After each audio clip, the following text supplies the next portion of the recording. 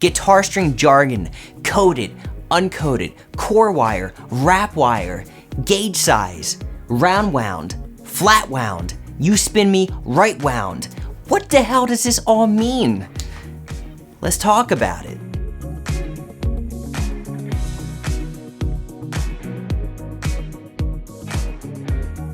Hey, what's up everyone? I'm Jeremy, and I've learned a lot about guitar strings by making these guitar string comparison videos over the past couple of years. And admittedly, at first, I didn't really know much, but I've accumulated a ton of knowledge since the beginning, and I sort of want to shed some light on anything and everything guitar strings. So let's talk about core wire first. Guitar strings are made up of two parts, an outer wrap wire, which you can see, and an inner core wire, which you can't really see. It's on the inside. The inner core wire can affect the tone that the string produces, kind of like the wrap wire as well. But the core wire comes in two flavors, so to speak. A round core and a hexagonal core. Round core strings are the traditional or vintage style guitar string because basically they were the first made.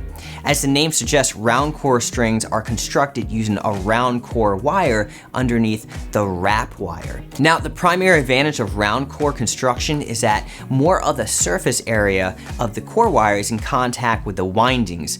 In theory, nearly 100% of it is actually in contact. Now, this means greater density for the string of the same gauge versus a hex core string. Now, round core strings are slightly more flexible than their hex counterparts. Now, let's talk about hex cores. Hex cores are sort of the standard nowadays. They're favored because they hold onto the wrap wire a little bit better. They might have a stiffer feel compared to round cores, but the difference is kind of negligible. Hex core strings are generally perceived to have a brighter, less muddy tone than round core strings. Many also perceive hex core strings to have a tighter pick attack and increased clarity. Hex core strings are sort of more common nowadays, and it's sort of harder to find round core strings, but a lot of manufacturers still make round cores. So we talked about the inner core, now we have to talk about the wrap wire or the windings. Modern guitar strings come with three main types of winding: round wound, flat wound, and half round. Round wounds are usually the standard winding type, providing a bright sound and tone. Flat wound strings are notable for their flat surface, and they're sort of more popular in the jazz realm due to their darker tone. Half round strings are halfway between round and flat, and they're popular in a lot of modern genres as well. But the most common out there are gonna be round wound, and they're probably the easiest to find. In fact, most electric guitars and basses ship with round wounds from the factory. The rounded shape of the wrap wire gives the string a brighter characteristic with tons of harmonic overtones.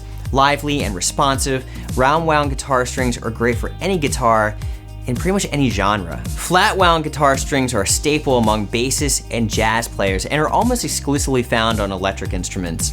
These electric guitar strings are made just like round wound, but until it came to the final wrapping. Flat wound guitar strings feature a thin layer of polished ribbon that facilitates a super mellow sound and cuts down on finger noise. So now we're still talking about the outer layer of the string. Now that was the type of winding. Now we're gonna talk about the wrapped wire.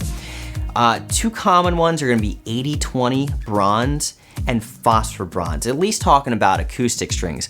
Now, 80-20 bronze strings are made with 80% copper and 20% zinc.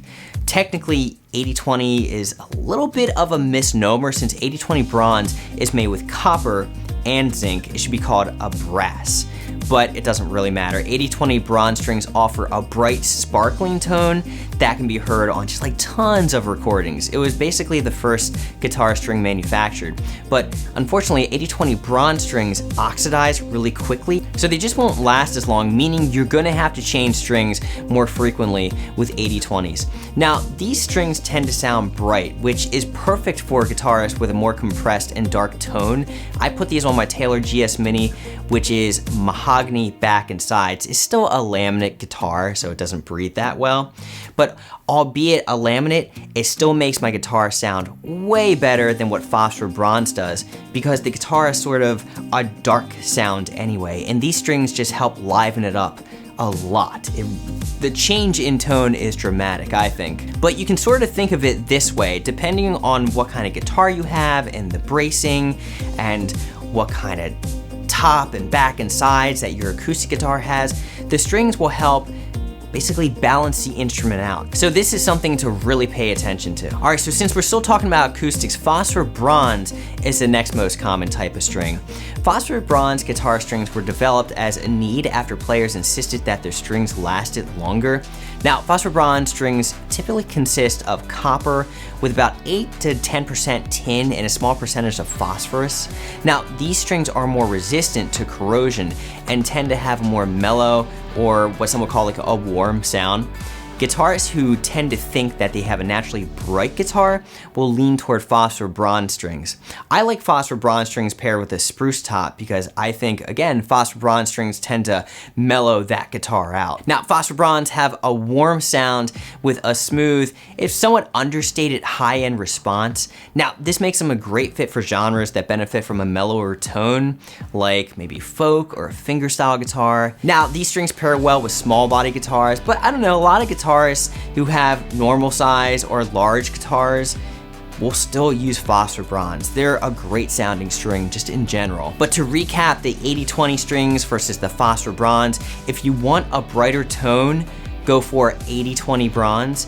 And if you want a richer, more mellow tone, go with phosphor bronze. All right, so we talked acoustic strings, now we gotta talk electric strings.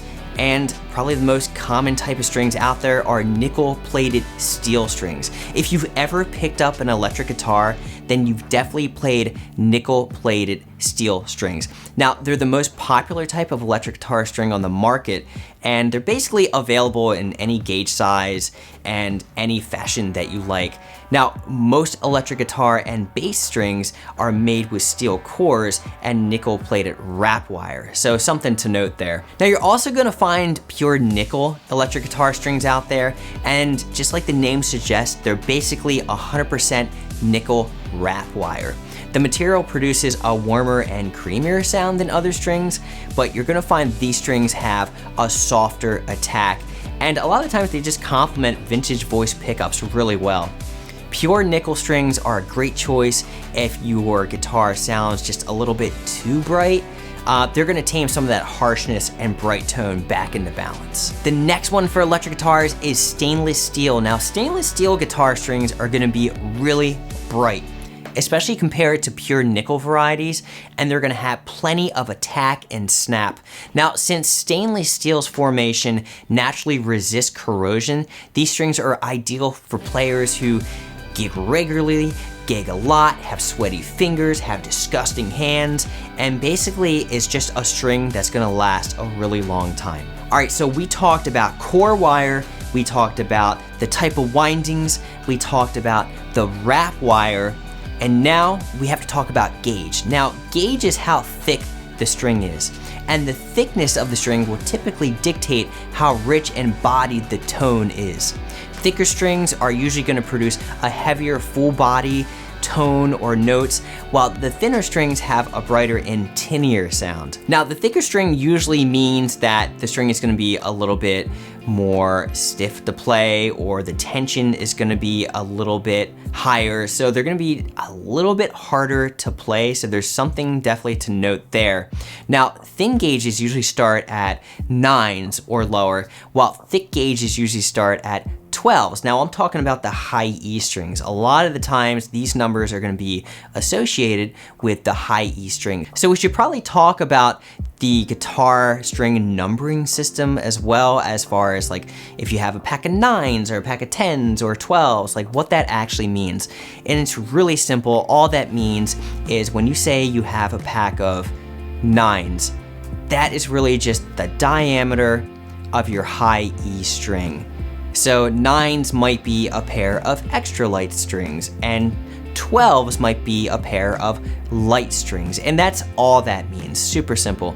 People always ask me what gauge size to start with, and I always say the same thing. Start off really light, and then just go up from there, because there's gonna be a balance between the tone you want and playability. I remember I did a string gauge showdown, and I went all the way from like super light acoustic guitar strings to mediums, which are basically the heaviest acoustic guitar strings, and I couldn't even play the mediums. And the video kind of reflects that too. It's kind of funny. So here's a touchy subject among guitar aficionados: coating.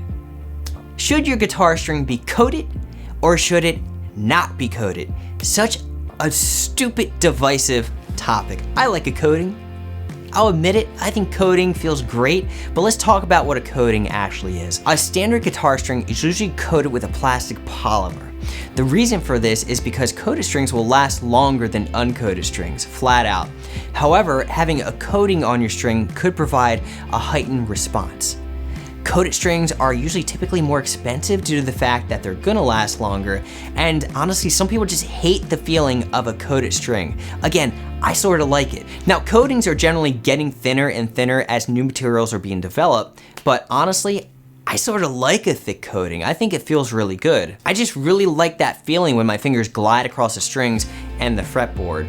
But that's probably another topic that needs to be discussed or fought about or whatever, because I get a ton of comments between whether you should have a coated or uncoated string. All right, since we're talking about all things strings, let's just talk about the classical world. So, natural strings.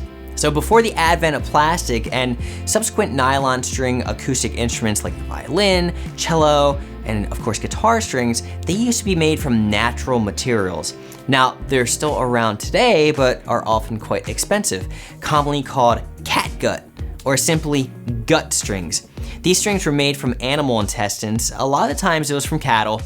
And for some classical players, especially those playing early in music, there's nothing quite like the tone of the feeling of a gut string. I've never had the opportunity to play that, but I'm sure it feels wonderful. But more often than not, if you are playing a nylon string guitar, you're gonna be playing with synthetic strings. Now, nylon strings are cheaper and easier to produce and more durable than traditional gut strings, and they kind of create a nearly identical tone according to a lot of people. Those key features have helped nylon strings become the most popular string for classical guitars and ukuleles.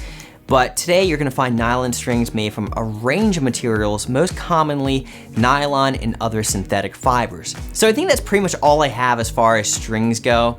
There might be some more topics and I probably forgot about. Maybe I'll make another video on it. So hopefully you can use this video as a reference for when you hear these terms in the future. But with that being said, hey, I hope you liked the video. Give me a thumbs up if you got something out of it. Subscribe to the channel. I got tons more videos just like this.